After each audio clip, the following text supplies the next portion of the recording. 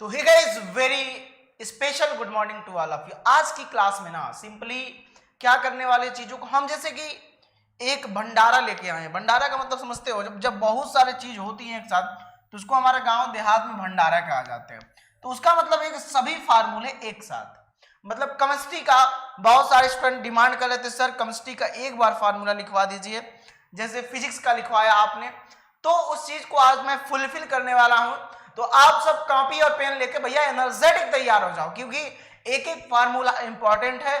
पूरे बुक का formula revise हो जाएगा मात्र 1 से 1.5 घंटे में, जो आपके टाइम को भी बचाएगा, क्योंकि टाइम बहुत कीमती है इस समय, और उस टाइम को बचाने का काम आज की क्लास करने वाला है।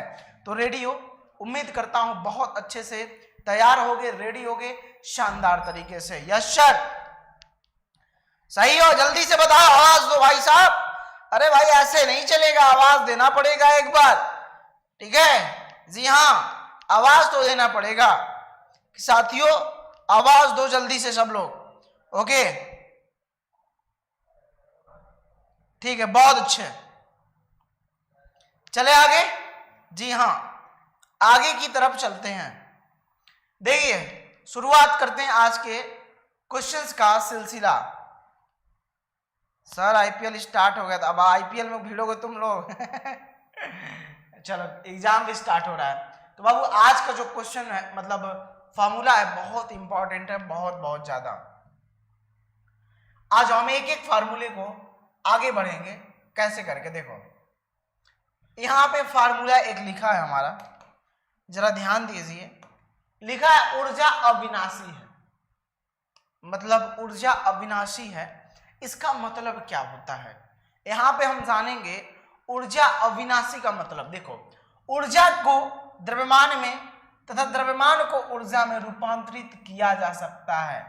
ऊर्जा अविनाशी है, पर देखो एक रूप से दूसरे रूप में रूपांतरित हो रहा है, इसी को कहते हैं, ठीक है? मतलब one form to another form, अविनाशी, इसका नाश न किया जा सके। अगर द्रव्यमान को नष्ट करोगे तो ऊर्जा में बदल जाएगा, ऊर्जा को खत्म करोगे द्रव्यमान में बदल जाएगा। कहीं ना कहीं इसका अस्तित्व तो नहीं मिटने वाला है। सिंपली भाषा में कहें, जिसका अस्तित्व तो नहीं मिटने वाला है उसी को कहते हैं, ये क्या होता है, ऊर्जा अविनाशी होता है, ठीक है? अगला पॉइंट करा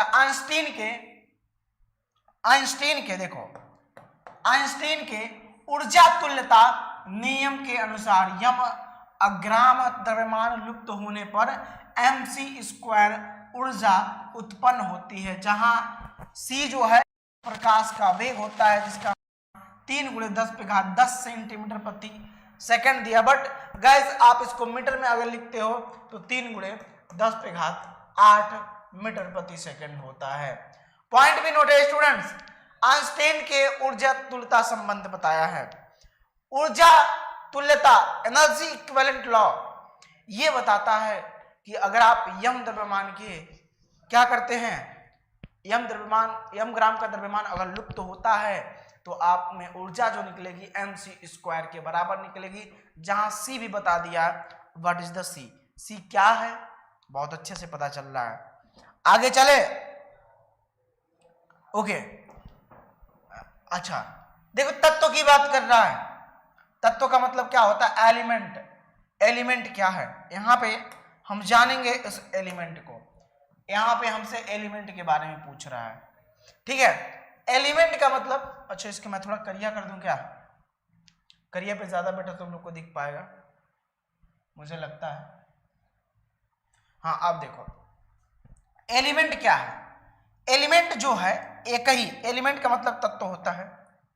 तत्व का मतलब क्या होता है, एलिमेंट एक ही तत्व, एक ही प्रकार के कणों से मिलकर बना हुआ पदार्थ, एक ही प्रकार के कणों से मिलकर बना हुआ पदार्थ है, जैसे हाइड्रोजन, ऑक्सीजन, नाइट्रोजन, तांबा। ये क्या है, ये तत्व, बहुत सारे तत्व हैं, मैं सबका भी नाम दिखाऊंगा आगे।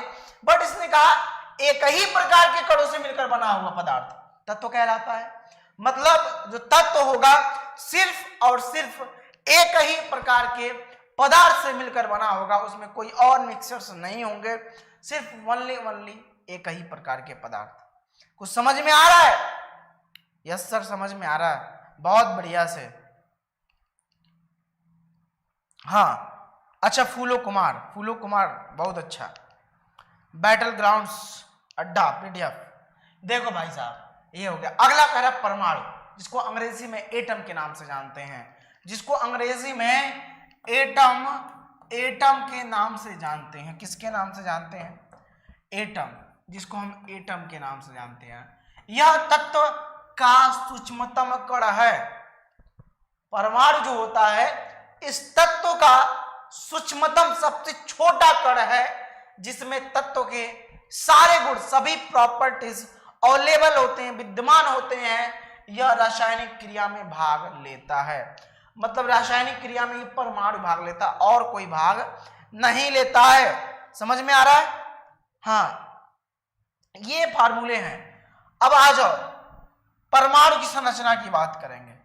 भाई परमाणु ठीक है, अच्छी बात है, तत्व का सूक्ष्मतम कण है, हमने ये जान लिया है। चलो सुनो यार, चलो घबराओ मत मेरे से, इस सूरत क्या है नहीं आएगा जी, ऐसा थोड़ी ना है। देखो, तत्व का सबसे छोटा भाग क्या हो गया?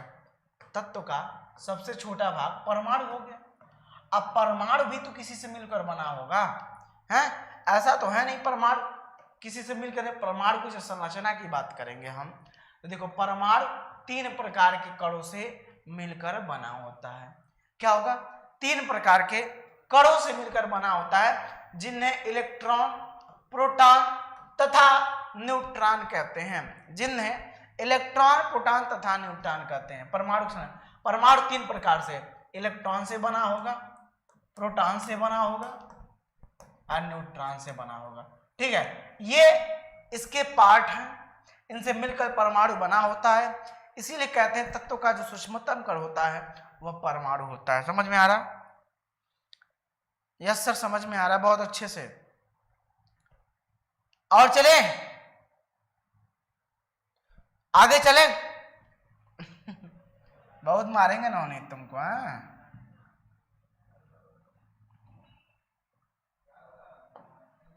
तुम्हें बड़ी चिंता हो रही लड़का शर्ट की, तो भाई एड्रेस भेजें। देखो परमाणु की बात करते हैं। परमाणु क्रमांक, एटॉमिक नंबर, स्टूडेंट एक बहुत ही बढ़िया चीज है।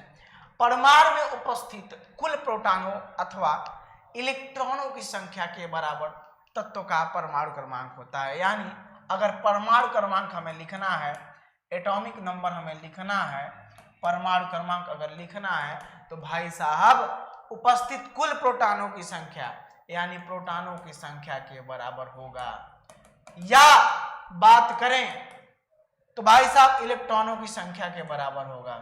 इलेक्ट्रॉन की संख्या के बराबर होगा, संख्या के बराबर होगा। समझ रहे हैं इस बातों को? कोई तो अच्छा जवाब दिए कि पढ़ाई में भी आपको फीलिंग चाहिए, तो फीलिंग कहाँ चाहिए होता बताइए जरा। चलिए चला परमाणु भार की बात करें। ओ माय गॉड, परमाणु भार अथवा परमाणु द्रव्यमान, तुम लोग पूछते हो ना द्रव्यमान संख्या परमाणु भार में क्या अंतर? कोई अंतर नहीं, देयर इज नो डिफरेंट। हाँ, there is no different between परमाणु भार और परमाणु द्रव्यमान संख्या में। देखो प्रोटॉनों तथा न्यूट्रॉनों के योग के बराबर होती है। अगर परमाणु भार की बात करें तो हमको मिटा लेने दो, चला जब मिटा देंगे तो देखो परमाणु भार जो होता है, परमाणु भार जो होता है वो प्रोटॉनों प्लस में न्यूट्रॉनों की संख्या के बराबर होते हैं। क्या होता है? न्यूट्रॉनों की संख्या के बराबर होते हैं। साथियों समझने की कोशिश करो, एक एक पॉइंट बहुत इंपॉर्टेंट है यार, बहुत ज्यादा इंपॉर्टेंट है, मैं ये बता रहा हूं आपको। अगला देखो द्रव्यमान संख्या हो गया। अगला बात करेंगे इलेक्ट्रॉनिक कॉन्फ़िगरेशन क्या होते हैं guys. What is the electronic configuration? ध्यान देने वाली बात है। इलेक्ट्रॉनिक कॉन्फ़िगरेशन की बात कर रहा है, इलेक्ट्रॉनिक विन्यास की बात कर रहा है। परमाणु में इलेक्ट्रॉन नाभिक के चारों ओर घूमते हैं। इलेक्ट्रॉन नाभिक के चारों, नाभिक है इसके चारों ओर ऐसे घूमते हैं। ठीक है, ऐसे घूमते हैं ये लोग, क्या करते हैं? घूमते हैं और विभिन्न कक्षाओं में घूमते रहते हैं। इन इलेक्ट्रॉनिक की विभिन्न कक्षाओं में व्यवस्था, एक अरेंजमेंट होता है को ही इलेक्ट्रॉनिक विन्यास कहते हैं। ये व्यवस्था निम्न नियमों को पालन करता है। वो नियम क्या है? देखो चला, मजा आ रहा है कि नहीं? सर फिजिक्स का आल फार्मूला का वीडियो बनाइए, बिल्कुल बना देंगे, उसका भी घबराओ मत, उसका भी बना देंगे। अब तुम जो कहो वही पढ़ा देंगे, डोंट वरी, टेंशन ना लो। देखो पहला बात, किसी भी, पहला पॉइंट इसने कहा है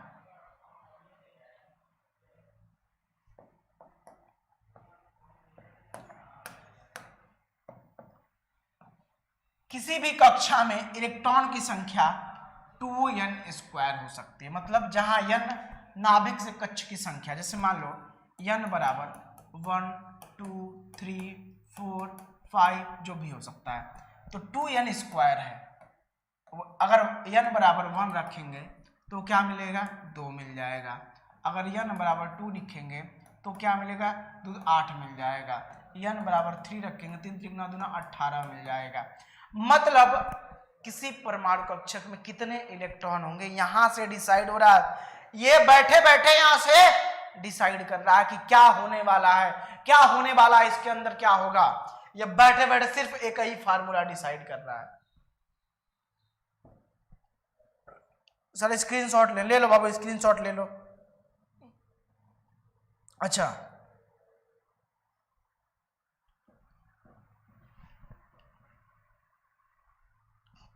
आगे चलो, अगला कहा है इसने कि सबसे बाहरी कक्षा में इलेक्ट्रॉनों की संख्या 8 से अधिक है। सबसे बाहरी वाले आउटर मोस्ट में नहीं हो सकती, और उससे पहले वाले कक्ष में 18 से अधिक इलेक्ट्रॉन नहीं हो सकते।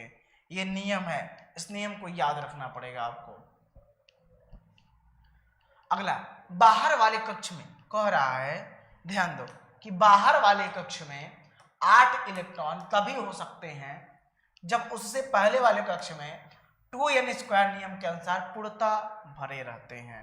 पूर्णतः भरे हैं तब हम कह सकते हैं क्या, कि बाहर वाले कक्ष में 8 इलेक्ट्रॉन होंगे। आगे देखो, आगे कुछ मुख्य तत्वों के सूत्र, परमाणु भार, परमाणु क्रमांक एवं इलेक्ट्रॉनिक विन्यास दिए हैं। विद्यार्थीगण मतलब आप इसे कंठस्थ कर जाओ। आओ दिखाता हूं, जैसे देखो क्या क्या है, लिख लो कॉपी को, यहां से क्वेश्चन मैच कर जाएंगे तुम्हारे, यहां से क्वेश्चन डायरेक्ट मैच करेंगे। जैसे देखो, तत्वों का नाम यहां दे रखा है, परमाणु भार यहां दे रखा है, परमाणु क्रमांक, इलेक्ट्रॉनिक विन्यास, संयोजकता। देखो हाइड्रोजन का परमाणु भार 1 होता है, परमाणु क्रमांक भी 1 होता है, इलेक्ट्रॉनिक विन्यास भी 1 होगा, और संयोजकता वैलेंसी भी इसकी 1 ही होगी। मेरी दोस्त, मेरे साथियों, समझने की कोशिश करो यार तुम लोग, हैं? ठीक है,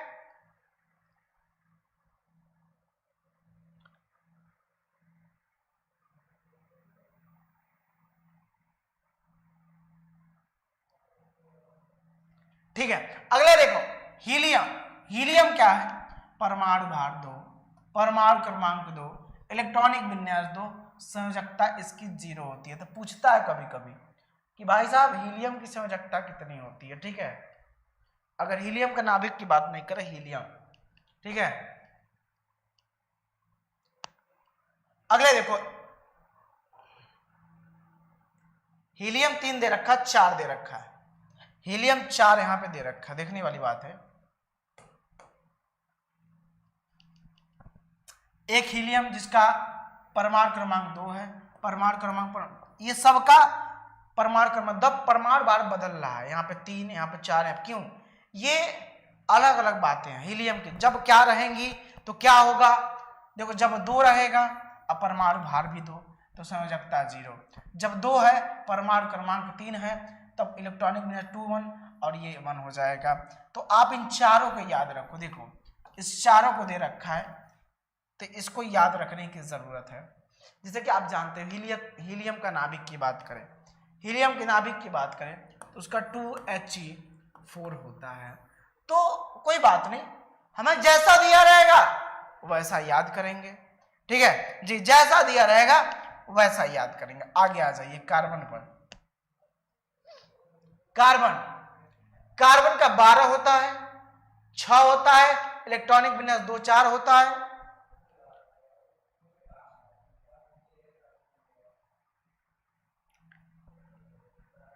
बारह परमाणु भार, परमाणु क्रमांक 6 और 2 और 4। ये इलेक्ट्रॉनिक कॉन्फ़िगरेशन है। आपको भली बात यहाँ पे दिख रहा होगा, क्या दिख रहा है कि 6 है तो इसका इलेक्ट्रॉनिक कॉन्फ़िगरेशन 2 और 4 होगा। क्या होगा? 2 और 4 होगा। संयोजकता 4 हो जाएगा। नाइट्रोजन का ये देखो सब दे रखा है, ठीक है। ये माइनस में क्यों देखा है? क्योंकि यह ना -8 कर दिया है, तब जाके ये माइनस में संयोजकता हो जाते हैं। तो आपको ये मिल जाएगा पीडीएफ में सारी चीजें, आप इसको याद रखें। Oxygen, fluorine, sodium, magnesium, aluminium 2 बार है, मतलब 2 बार का मतलब समझ रहे हो। और परमाणु क्रमांक सेम है तो समस्थानिक, परमाणु भार सेम है तो समभारिक, ऐसे होता है। Phosphorus, sulphur, chlorine, argon, potassium, calcium का भी 2, ठीक है। Chromium, iron, copper, silver, zinc. अब आगे देखो, नीचे कुछ मुख्य मूलकों के नाम दिए गए हैं, सूत्र एवं उनकी संयोजकता दी गई है। मूलक जानते हो, जानते ही होगे तुम लोग।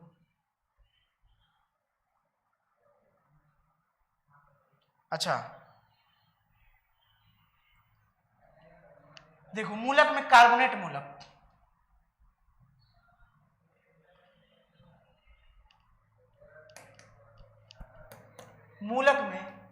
कार्बोनेट मूलक CO3-, नाइट्रेट का NO3-, या और भी चीजें हैं, सल्फेट है SO4-, एसीटेट है CH3COO-। अब सल्फाइड दे रखा है SO3-, क्लोराइड दे रखा है Cl-। अगर सल्फाइड बोल रहा है तो S-, अगर ब्रोमाइड बोल रहा है तो Br-, आयोडाइड बोल रहा है तो I-, अगर नाइट्राइड बोल रहा है तो NO2-, फॉस्फेट बोल रहा है तो PO4-, एमोनिया बोल रहा है तो NH4+।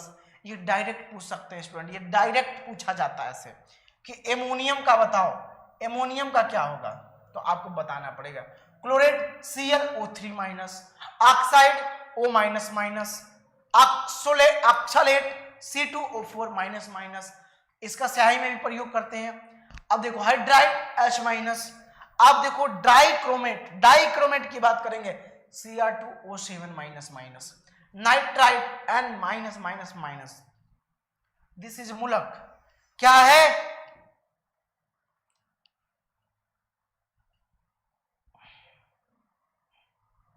समझ में आया कुछ? बहुत इंपॉर्टेंट है। आगे चलो, जो लेके आया हूं यार इंपॉर्टेंट, उसको देखो।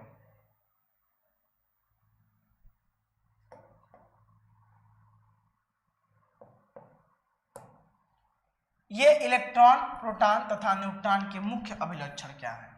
देखिए, मूल कण जो है इलेक्ट्रॉन, प्रोटॉन, न्यूट्रॉन, प्रतीक सिंबल ऐसे लिखते हैं, इसको ऐसे लिखते हैं, इसको ऐसे लिखते हैं, इसको ऐसे लिखते हैं।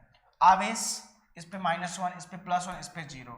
ये द्रव्यमान दे रखा है, बट अगर आप ये याद नहीं रख पाते हो तो वाला याद रखना 9.11 × 10⁻31 किलोग्राम, ठीक है। ये वाला याद रखोगे, ओके। ये वाला जरूर याद रखना है। अब देखो, देखोगे यहाँ पे सबसे ज्यादा भार किसका है, सबसे ज्यादा द्रव्यमान किसका है, बताओ जरा। इलेक्ट्रॉन, प्रोटॉन और न्यूट्रॉन। ये केमिस्ट्री है बाबू, आराम से पढ़ना पड़ता है केमिस्ट्री को, बहुत आराम से। अरे स्क्रीनशॉट मारने की क्या जरूरत है, अभी मैं पीडीएफ ही दे दूंगा यार, इसका घबराओ, ठीक है। चलो आगे देखो जरा। खोजकर्ता इलेक्ट्रॉन के भैया अंकल जी हैं जे टॉमसन अंकल, प्रोटॉन के रदरफोर्ड अंकल, न्यूट्रॉन के चैडविक अंकल है भाई साहब। ये अंकल लोग बहुत कमाल कर दिए थे। जो बातें मैं वहां पे सिखला रहा था, क्यों हीलियम 3 बार दिया, 4 बार दिया है, 5 बार, क्यों कैल्शियम कई बार दिया, तो आइए यहाँ पे सीख जाएंगे क्यों ऐसा हुआ है, ऐसा क्यों हो गया।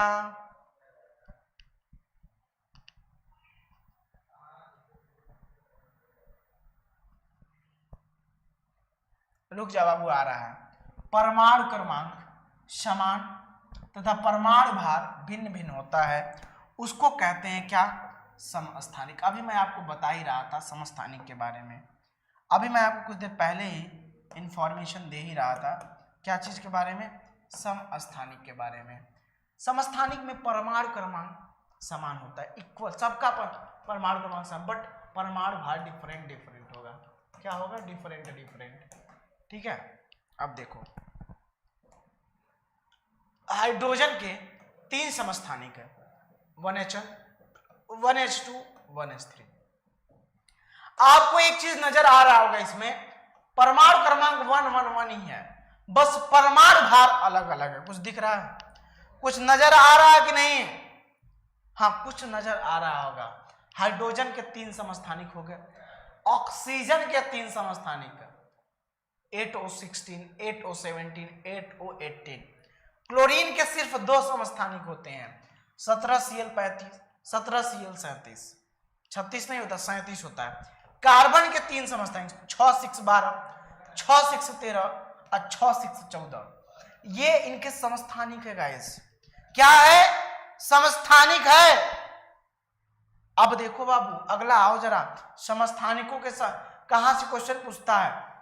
यहां से पूछेगा हाइड्रोजन कितने समस्थानिक, ऑक्सीजन के कितने समस्थानिक, क्लोरीन के कितने समस्थानिक, या कार्बन के कितने समस्थानिक। बट समस्थानिकों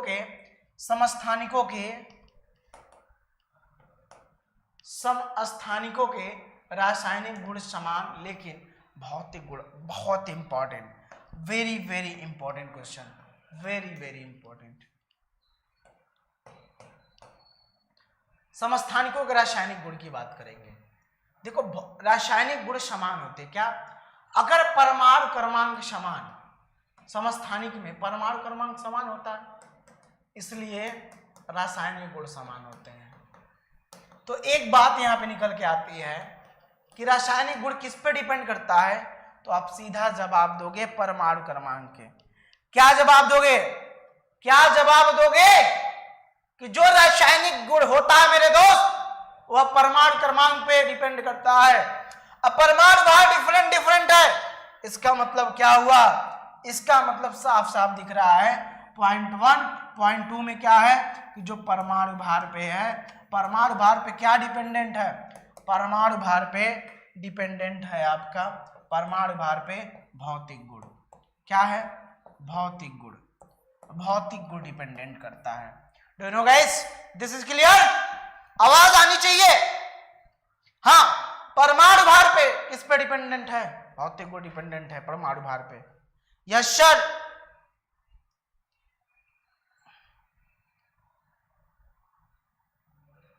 ऋषिकेश मिश्रा बहुत मारेंगे बकलोल, अगर किसी ने किसी दूसरे पे कमेंट किया, ब्लॉक करके इज्जत के साथ भगाएंगे यहाँ पे। ठीक है, किसी ने भी अगर दूसरे का नाम तक लिया ना,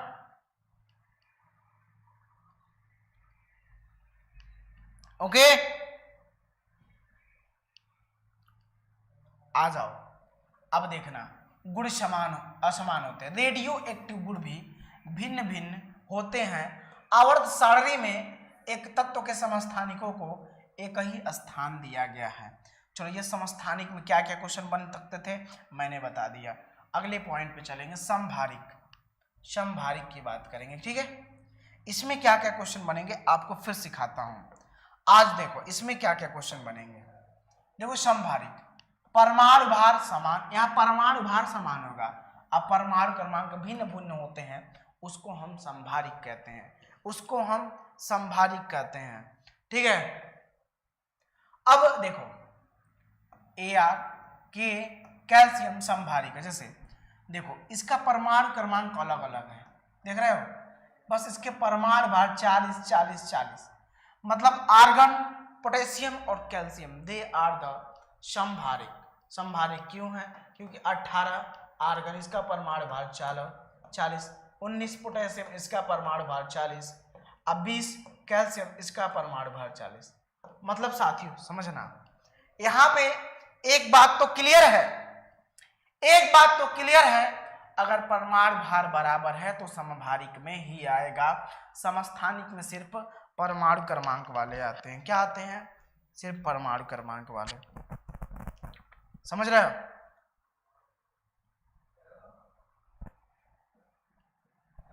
जल्दी बताओ, जल्दी। यस सर, बहुत अच्छे जी।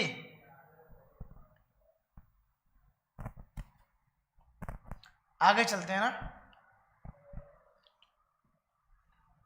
अब देखो आयरन और निकेल संभारिक है, क्या है, देखो यहाँ पे 26 Fe 58, 27 निकेल 58, ये भी तो संभारिक है साथियों। संभारिकों के रासायनिक गुण भिन्न भिन्न तथा भौतिक गुण समान होते हैं। देखना, अगर परमाणु भार समान होंगे तो भौतिक गुण भी समान होंगे, और परमाणु क्रमांक भिन्न भिन्न होंगे तो रासायनिक गुण। भाई ऐसा क्यों हो रहा है, आपको सीधे सीधे बताया मैंने। परमाणु भार को भौतिक गुण करता है, अपरमाणु क्रमांक के रासायनिक बता चुका हूं, तो बस याद रखना। और क्या चाहिए, और क्या जिंदगानी है, नहीं। और साड़ी मिनट का रेडियो एक्टिव तत्व क्या होते हैं, देखो रेडियो एक्टिव तत्व की बात करेंगे। रेडियो एक्टिव तत्व जो होता है यूरेनियम U238 रेडियो एक्टिव है। रेडियम जैसे 88, रेडियम 226 क्या है, ये आपका रेडियम है। थोरियम TH234 थोरियम है। और आदि ऐसे पदार्थ हैं जो स्वतः विघटन के कारण अल्फा, बीटा और गामा किरणें उत्सर्जित करते रहते हैं, ठीक है, उत्सर्जित करते रहते हैं। इन्हें रेडियो एक्टिव तत्व कहते हैं। क्या कहते हैं, अरे इनको रेडियो एक्टिव तत्व कहते हैं स्टूडेंट्स, ठीक है ना। समझ में आ रहा है कि बताओ। अल्फा किरण, देखो अल्फा मतलब अल्फा पे आवेश 2 4 होता है, संकेत यहाँ पे देखो। ही अल्फा कण को हीलियम का नाभिक भी कहते हैं।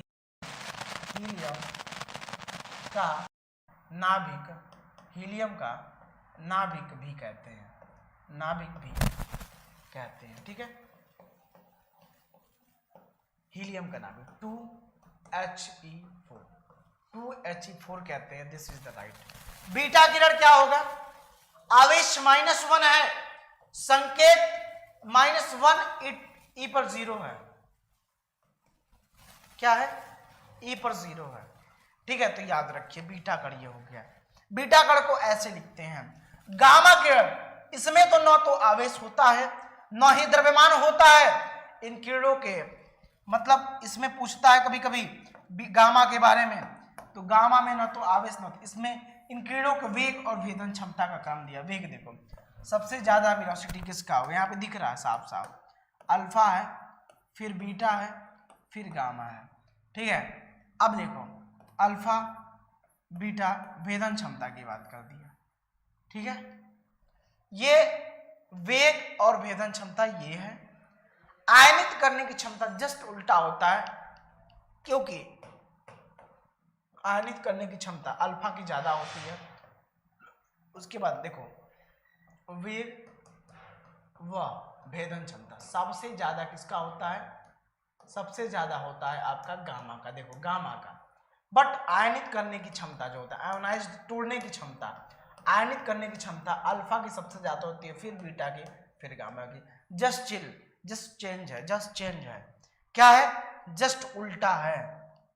समझ में आ रहा है। हाँ, बिहार वाले अगर यूपी में एडमिशन लेंगे तो माइग्रेशन सर्टिफिकेट बनवा लेंगे भाई, बहुत जरूरी है। आगे चले क्या, आ जाओ। अल्फा कण का उत्सर्जन का मतलब क्या हुआ, देखो साथियों, अल्फा कण का उत्सर्जन, अगर अल्फा कण का उत्सर्जन होता है तो एक अल्फा कण के उत्सर्जन के बाद जो नया तत्व बनेगा, क्या, जो नया तत्व बनता है उसके परमाणु द्रव्यमान में 4 की कमी, परमाणु संख्या में 2 की कमी आ जाती है, 4 की वृद्धि तक कमी। देखो जैसे यहाँ पे 88 रेडियम 226 है, एक अल्फा कण धीरे से निकल खिसक गया है, क्या हो गया है, खिसक गया है। तो देखो रेडियम से 2 परमाणु क्रमांक में 2 की कमी हुई 86, अब परमाणु भार में भी 202 की कमी, तो 226 से 222 रह गया, और 88 से 86 यानी रेडान बना दिया। प्लस में एक अल्फा कण निकला है, मतलब वो अल्फा कण आपको पता है हीलियम का 2 4 होगा। क्या होगा 2He4 होगा। ठीक है बिहारी बाबू, ब्लॉक होना चाहते हो? हाँ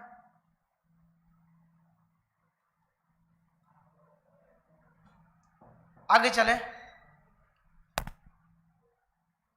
अभी रुको, बीटा कण का मतलब, बीटा कण उत्सर्जित होने का मतलब सिंपल सी बात है, अगर बीटा कण निकलता है ना साथियों, ध्यान दीजिएगा, अगर बीटा कण निकलता है,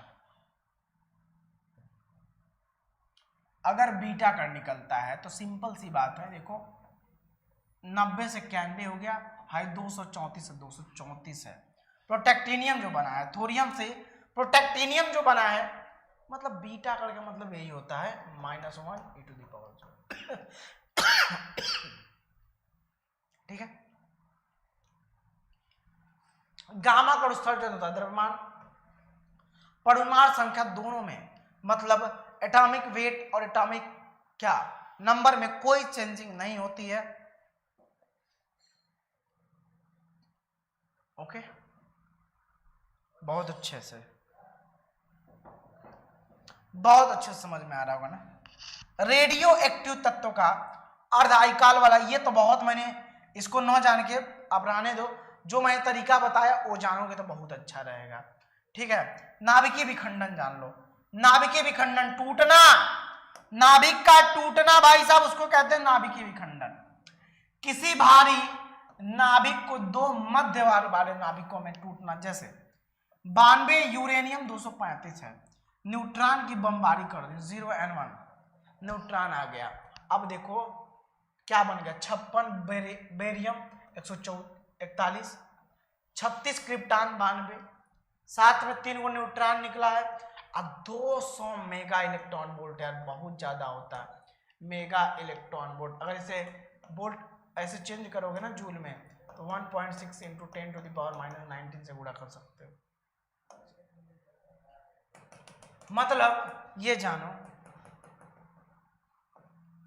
200 मेगा इलेक्ट्रॉन ऊर्जा जो तबाही मचती है ना हमारे, ठीक है, परमाणु बम से, परमाणु बम फोड़ने से जो तबाही मचती है, जैसा कि आपको पता है परमाणु बम नाभिकीय विखंडन पैदा, आपसे बार बार पूछता है कि परमाणु बम क्या होता है, परमाणु बम नाभिकीय विखंडन पे आधारित है। किस पे आधारित है पूछता है बार बार, नाभिकीय विखंडन पे आधारित है। क्या आधारित है, नाभिकीय विखंडन पे साथियों, इस चीज को याद रखोगे। ठीक है,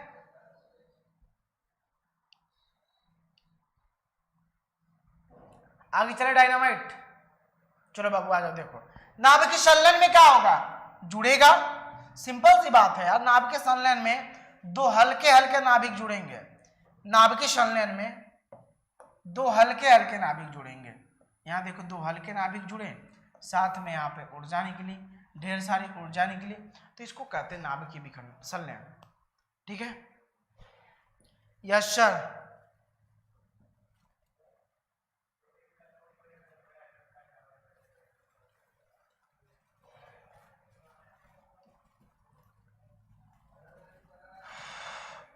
तो हाइड्रोजन बम इसी पे आधारित होता है। किस पे, तो पूछता है क्वेश्चन हाइड्रोजन बम किस पे आधारित है, क्वेश्चन पूछता है कि हाइड्रोजन बम किस पे आधारित है। याद रखना हाइड्रोजन बम इस पे आधारित। बंधन ऊर्जा, नाभिकीय कणों के संयोग से किसी नए नाभिक के बनने पर मुक्त ऊर्जा को बंधन ऊर्जा कहते हैं, 9.1 मेगा इलेक्ट्रॉन वोल्ट होता है। संयोजकता की बात करेंगे हम, पुरानी धारणा के अनुसार वैलेंसी क्या होता है, पुरानी धारणा के अनुसार वैलेंसी क्या होगा, ध्यान रखिए, हाइड्रोजन की संयोजकता 1 मान ली गई है। ठीक है, अब इसी के अनुसार संयोजकता निकालना हमने बार बार सिखा दिया है आपको। ठीक है, ओके डियर।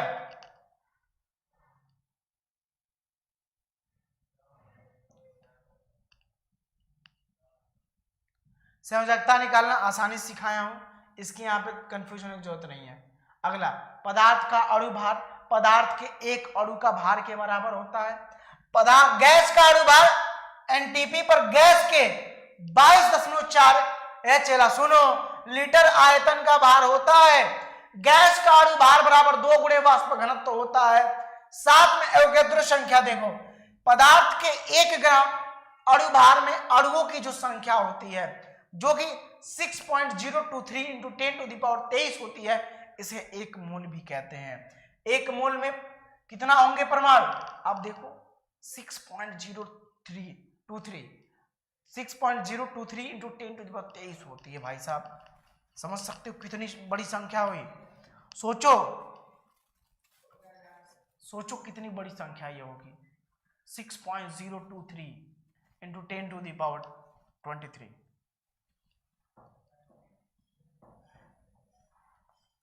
ठीक है,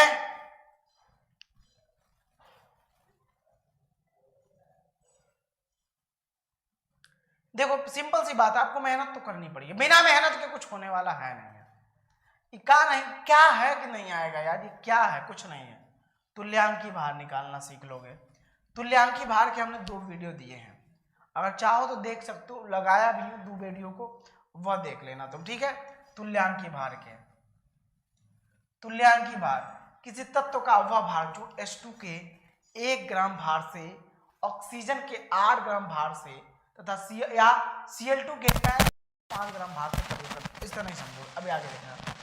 परमाणु भार जो होता है ना, परमाणु भार जो होता है, चला बस फलानिया को याद करोगे। परमाणु भार तुल्यांकी भार गुणे संयोजकता, परमाणु भार बराबर तुल्यांकी भार गुणे संयोजकता होता है। ठीक है,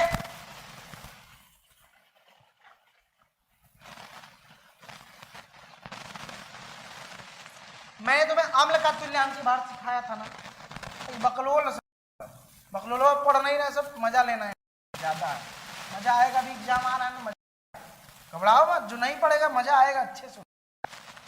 देखो अम्ल का तुल्यांकी भार बराबर अम्ल का अणु भार, अब बटे में अम्ल की क्षारकता, बटे में अम्ल की क्षारकता। क्षारकता का मतलब क्या है?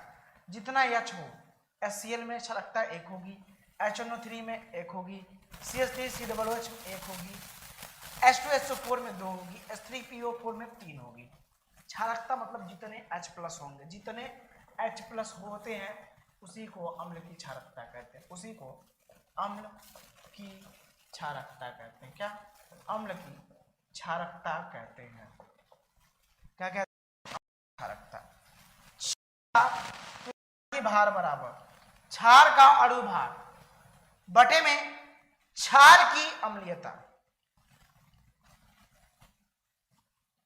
अब क्षार का निकालने के लिए तुम्हें क्या करना पड़ेगा स्टूडेंट्स? ये ध्यान रखो, क्षार का तुल्यांकी भार निकालने के लिए क्षार का अणु भार निकालना पड़ेगा, क्षार की अम्लीयता निकालनी पड़ेगी। कैसे? ये कैसे होगा? देखो NOH, जितना OH निगेटिव रहेगा उसी को क्षार की अम्लता कहते हैं, क्षार की अम्लता कहते हैं। इस पे मैंने क्वेश्चन भी कराए थे आपको। अगर मूलक का तुल्यांकी भार निकालना है तो ये दे रखा है, मूलक का सूत्र भार निकला सिंपल सा, बटे मूलक किससे हो सकता है? जो ऊपरा बिंदुआ नहीं लगा था, कितना माइनस कितना प्लस, वही उसकी से हो सकता है। इस बात को याद रखिए। आयन का तुल्यांकी भार देखो, सब फार्मूले दिए। आयन का भाई बोरिंग थोड़ा सा इसलिए लगेगा ना, ये केमिस्ट्री है, केमिस्ट्री में थोड़ा सा आपको मजा उतना नहीं मिल पाएगा जितना चाहिए। देखो आयन का तुल्यांकी भार, आयन का सूत्र भार बटे आयन की संयोजकता। ठीक है, साथ में लवण का तुल्यांकी भार बराबर लवण का अणु भार धन बटा धन संयोजकताओं का योग, ये लवण का तुल्यांकी भार है। समझ गए हो? अब देखो ये सब दिया है पदार्थ का तुल्यांकी भार, पदार्थ का भार गुणे 1.008 बटे में एनटी पर पी विस्थापित H2 का भार। इस पे क्वेश्चन नहीं आते हैं, लगभग क्वेश्चन आते हैं, मैं बता देता हूँ कहाँ से आते हैं। आपको क्वेश्चन आते हैं, इस पे नहीं क्वेश्चन आता है, यहाँ पे आ जाता है क्वेश्चन। गैसीय तत्व का परमाणु भार बराबर अणु भार बटा परमाणुता, यहाँ पर ये क्वेश्चन यहाँ पे आता है। देखो यहां से क्वेश्चन आते हैं, CP अपान में CP अपान में, एक क्वेश्चन यहां से आता है। तो पूछता है कि गैस की परमाणुता 2 है, उस समय CP अपान CB का मतलब क्या होगा मेरे दोस्त? वो होता है 0.4, और अगर परमाणुता 1 है तो क्या होगा? 1.6। ये याद रख लो, बहुत बहुत ज्यादा इंपॉर्टेंट क्वेश्चन है मेरे दोस्त, बहुत ज्यादा इंपॉर्टेंट है। CP upon CB, CP upon CB, ठीक है, इतना इंपॉर्टेंट है कि बहुत ज्यादा, नहीं सकते कितना इंपॉर्टेंट है। अरे माफिया सी, फार्मूला नहीं समझ में आएगा, याद करना पड़ता है, फार्मूला को याद करना पड़ता है, ठीक है, फार्मूला को क्या करना पड़ेगा, याद करना पड़ेगा। आईयूपीएसी नाम भी आएगा बाबू, उसका नंबर भी आएगा, घबराओ मत। Okay sir, okay.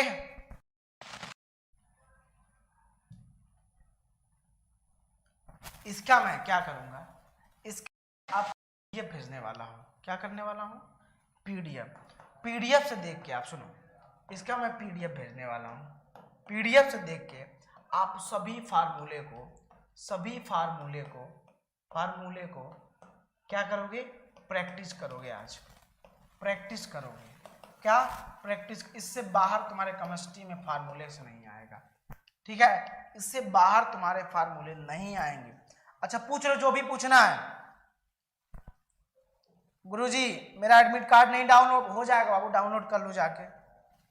हाँ ओनली न्यूमेरिकल कराना है सर, सर इंटर कॉलेज में एडमिशन करा लिए, करा लो भाई। ओके अब क्या जानना है, ऑर्गेनिक केमिस्ट्री बाबू, बिल्कुल उसको भी कराएंगे, कहाँ घबरा रहे हो, उसका भी नंबर आने वाला है, इसका शॉर्ट ट्रिक नहीं, अरे यार हर चीज का फार्मूला का शॉर्ट ट्रिक कहां से निकाल दोगे यार तुम लोग, बताओ, फार्मूला का भी शॉर्ट ट्रिक होता है क्या, आप बताओ, होता है, नहीं होता है ना। देखो यार तुम पहली बार तुम जिंदगी में तंग आ चुके हो, अब क्यों तंग आए इतनी छोटी सी जिंदगी मुझे नहीं पता है, बस इतना जान लो कि हर चीज का शॉर्टकट फार्मूला नहीं होता है, शॉर्टकट ट्रिक नहीं होता है, सफलता पाने के लिए शॉर्टकट की कोई जरूरत नहीं है।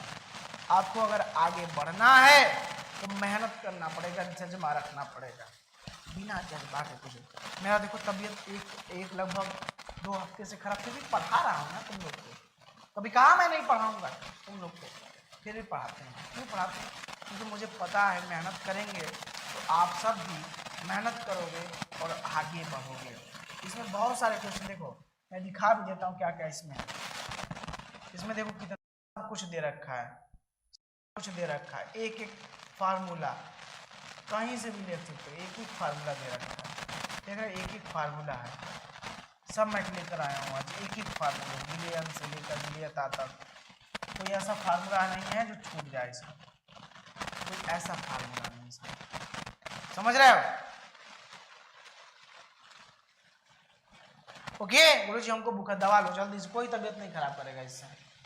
तो ये आप देखो इसमें लास्ट में लीव कावर सारडी भी है, ठीक है, उसके बाद अकार्बनिक है, ये फार्मूले दिए, नमक का NaCl, धावन सोडा, कास्टिंग सोडा, बूझा चूना, चूना पत्थर, सोडियम जियोलाइट, सोडियम मेटाफास्फेट, नौसादर, bleaching powder, potassium permanganate, potassium dichromate, तारपीन का तेल, आपका यूरिया दे रखा है, सोडामाइड दे रखा है, एल्यूमिना दे रखा है, बॉक्साइड दे रखा है, फिटकरी दे रखा है, हरा कशिश जिसे फेरस सल्फेट भी कहते हैं, सुहागा दे रखा है, ग्लूकोज दे रखा है, चीनी दे रखा है, स्टार्च दे रखा है, साबुन दे रखा है, आपका पॉलिथीन, जिप्सम, बेंजीन, साथ में प्लास्टर ऑफ पेरिस, सब कुछ तो दिया है, हाँ सब कुछ तो दिया है स्टूडेंट्स। अब क्या लोगे भाई साहब, जान लोगे बच्चे की जान नहीं ना लोगे, ऐसा नहीं करते हैं।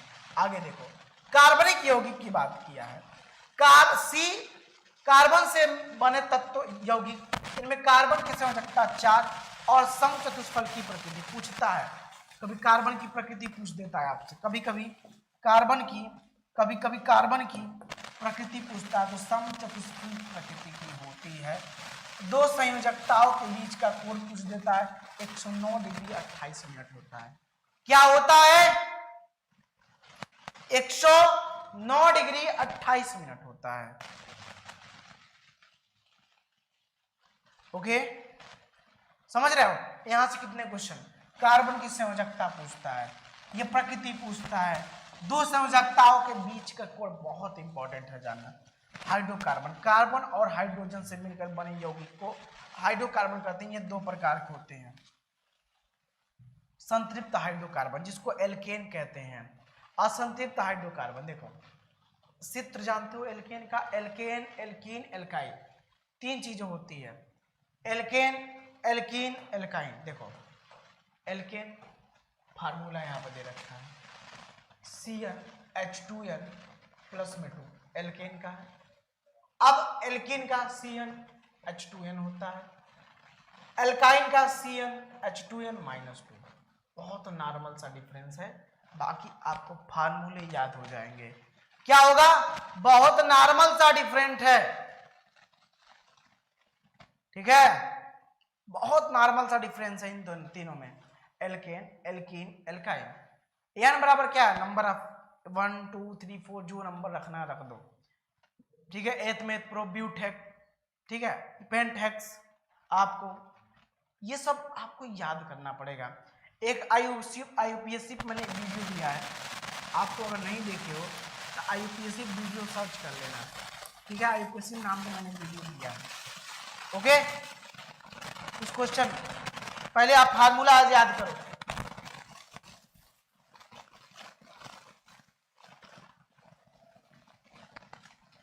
साथियों आज जाना है, इसको सब पढ़ लेना, ठीक है, ये फिनिश है, ओके। आज जाना, आज सब पढ़ना है, इसको मजा आएगा। शाम को क्लास मैराथन वाली है, ठीक है। शाम को क्लास कौन सी वाली है? मैराथन वाली क्लास है, तो आप उसके लिए भी रेडी रहना।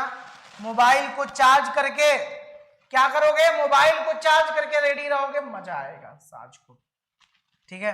तो आज के इतना ही, जाइए, बहुत इंपॉर्टेंट है, रिवीजन बाबू करते रहोगे तो मजा आएगा।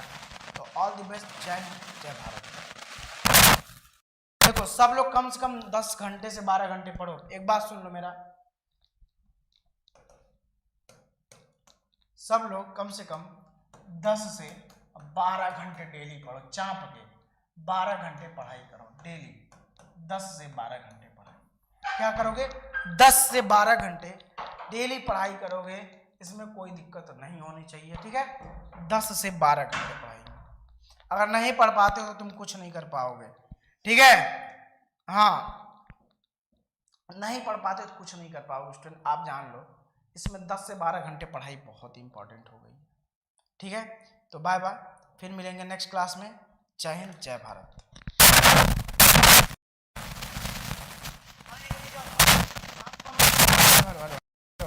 एक चीज और, शाम को करने वाले प्रीवियस ईयर का क्वेश्चन सॉल्व करेंगे। सब लोग 6 बजे ही आ जाए, 6 बजे से लेके स्टार्टिंग में लंबी क्लास है, 6 से 9 चलेगी, 9 से 12 वालों की भी क्लास है, इसलिए पूरा ध्यान, ठीक है। PDF टेलीग्राम ग्रुप में और आपके सेशन टीम में मिल जाएगा।